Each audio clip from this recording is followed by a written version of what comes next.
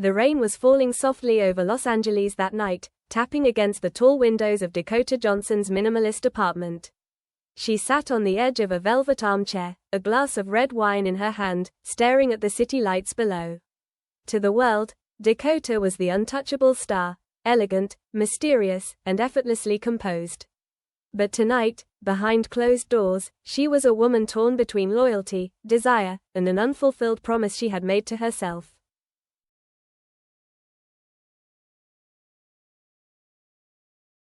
Sam Heughan's name glowed on her phone screen for the third time in a row. She let it buzz and dim.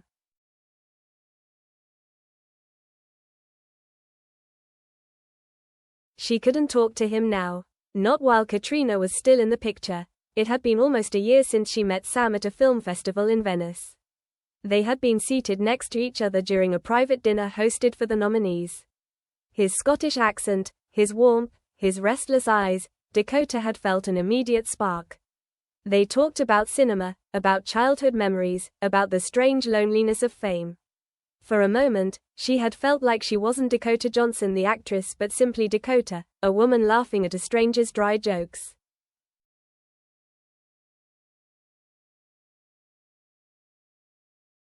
But Sam wasn't just any stranger. He was co-starring in a long-running, wildly beloved TV series alongside Caitriona Balfe, his friend, his confidant, and as the tabloids never stopped reminding people, the woman rumored to be closer to him than anyone else.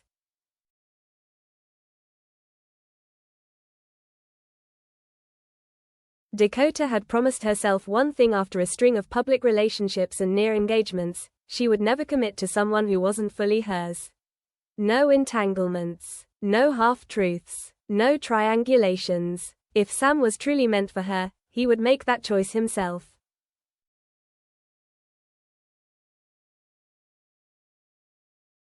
The doorbell rang. Dakota jumped slightly, setting her glass down.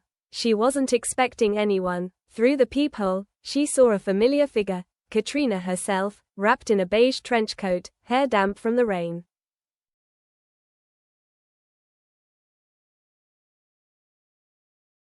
When Dakota opened the door, Caitriona gave her a tired smile. "Can I come in? We need to talk."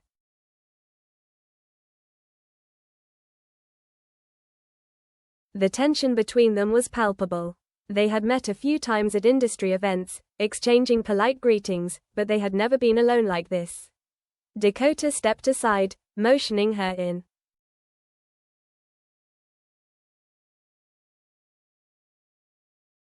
"I won't stay long," Caitriona said, slipping off her coat and clutching it in her hands like a shield. I thought you should know what's going on."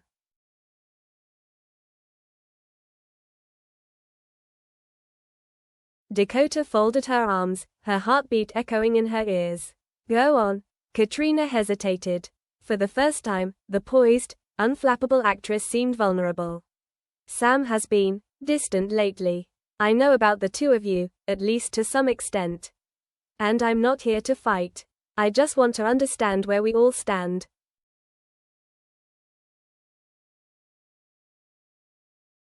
Dakota's throat tightened. "Where you stand," she echoed softly. Caitriona nodded. "Yes, where I stand, and where he stands. Because if Sam is making promises to you while still," she broke off, shaking her head. "I don't want to be a villain in someone else's story."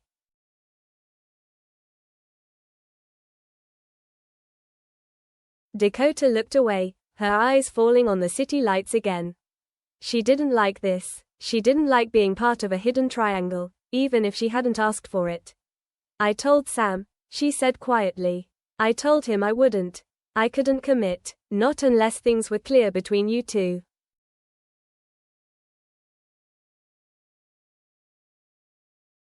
Caitriona's gaze sharpened. "And did he tell you the truth? That we've been..." She trailed off again. Her hands were trembling now. "We've been more than friends for a long time."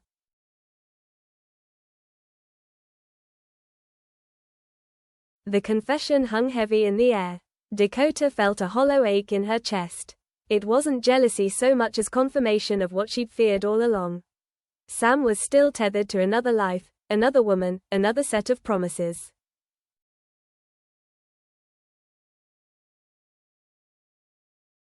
You should be telling him this, Dakota said at last.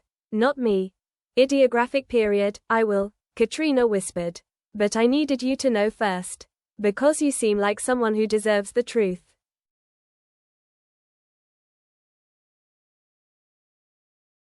There was an awkward silence.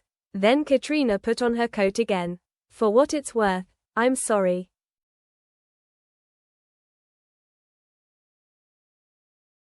When she left, Dakota sank back into her armchair, staring at her silent phone. Sam had stopped calling. The city felt colder now. She thought about the promise she'd made to herself, about the future she'd imagined with him, a future where she wouldn't have to share.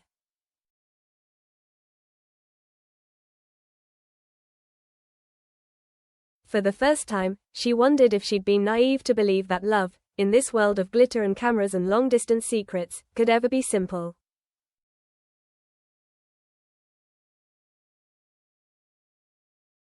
But one thing was certain, she wasn't going to say yes to any proposal, to any whispered, "Be with me," until Sam chose his path.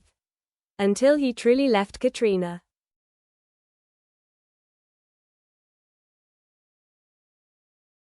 Dakota finished her wine and opened the balcony door. The rain had stopped, but the air still smelled like storms. She whispered into the night, not sure if she was talking to herself or to him.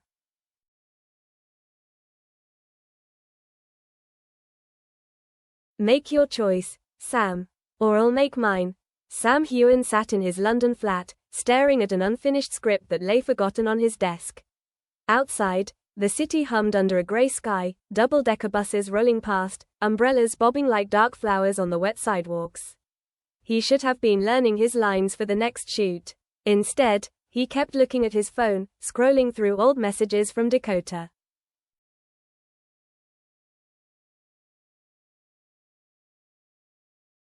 The last one from her was 3 weeks ago.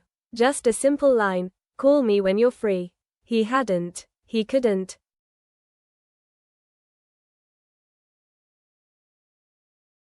Caitriona's words were still echoing in his mind. She'd confronted him the night before she flew to Los Angeles, the night before she went to Dakota's apartment. He could still see her eyes, a mixture of sorrow and fury. "You can't keep both of us," she told him. "You're hurting everyone, including yourself."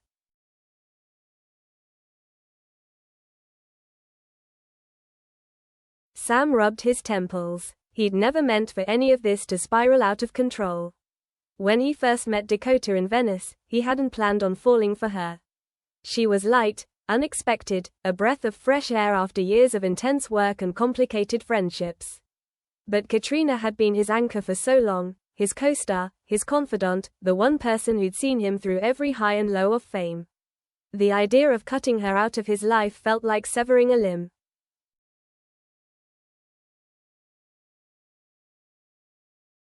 His phone buzzed. This time, it was Caitriona. "We need to talk." Sam hesitated. Then typed back, "Not now. I'm going to LA."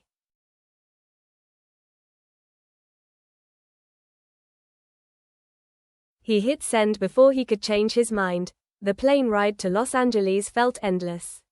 Sam leaned against the window, eyes closed, replaying every moment he'd shared with Dakota. The festival dinner, the secret weekends in Paris and New York, the way she'd smile at him like she could see straight through his public mask.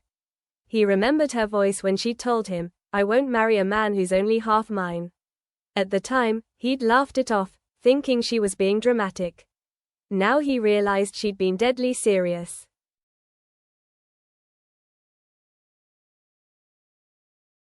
By the time he landed, night had already fallen. LA's skyline glittered like spilled diamonds.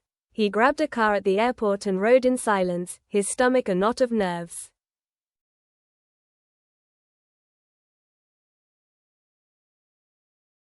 Dakota's apartment building loomed ahead, sleek and modern, a world away from the Scottish hills where he'd grown up.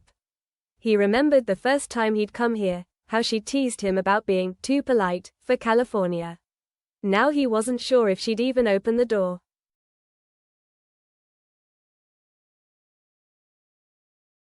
He knocked. For a long moment, nothing happened. Then the door swung open.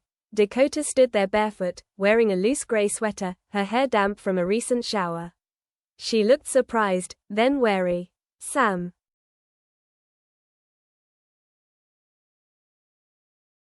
Dakota, he said softly. Can I come in?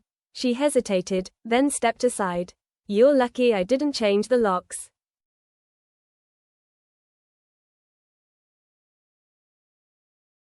He tried to smile, but it faltered. I deserved that. Inside, the apartment smelled faintly of sandalwood and wine. He noticed an empty glass on the coffee table. She perched on the edge of the armchair, arms crossed, waiting.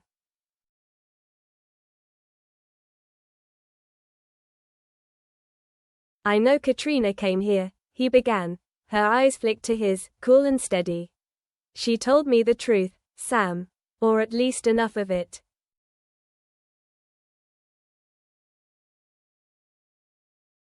He swallowed hard. I never wanted to hurt you. Ideographic period, that's not the same as not hurting me.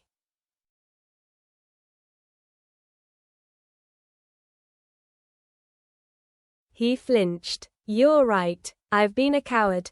The words came tumbling out then, his confusion, his guilt, his fear of letting go of Caitriona, his fear of losing Dakota. He told her everything, or almost everything, his accent thickening as he spoke. When he finally stopped, the room was silent except for the hum of the refrigerator.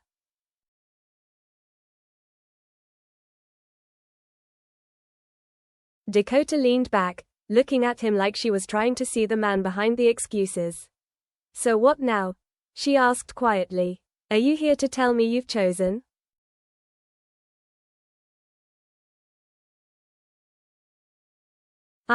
He faltered. I don't know how. Her lips curved into a sad smile. Then you already have.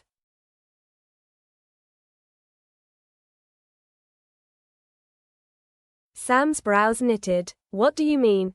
You're choosing indecision, she said, rising to her feet. And that's a choice too. One that doesn't include me.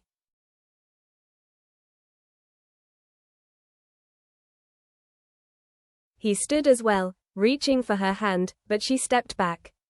Dakota, please. Ideographic period, I'm not Caitriona, she said sharply. I won't wait around while you decide if I'm worth it.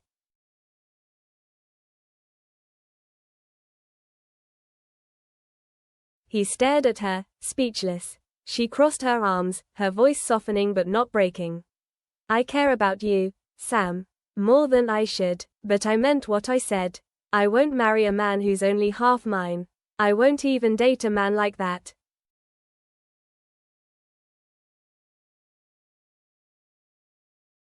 He lowered his hand. For the first time, he saw the steel beneath her gentleness, the boundary she'd drawn. And he realized she wasn't bluffing.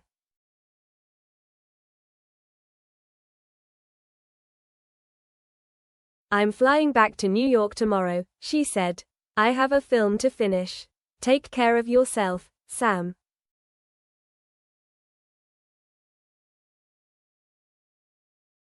He tried to speak, but the words caught in his throat. She moved past him to open the door. He turned once at the threshold, looking at her one last time. I'm sorry, he whispered.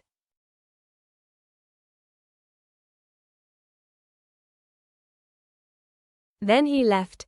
That night, Dakota didn't sleep. She lay in bed staring at the ceiling, feeling both hollow and strangely free. She had loved Sam, she still did, but she had also loved herself enough to draw a line.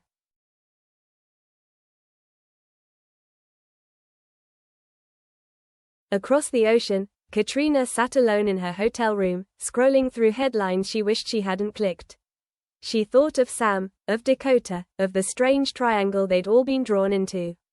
And for the first time, she wondered if she too was ready to walk away.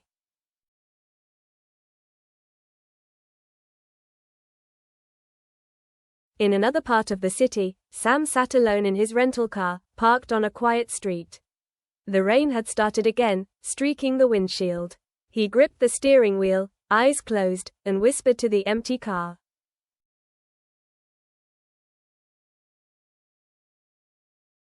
I can't lose her. But even as he said it, He knew he already had, unless he finally did the one thing he'd been avoiding all along.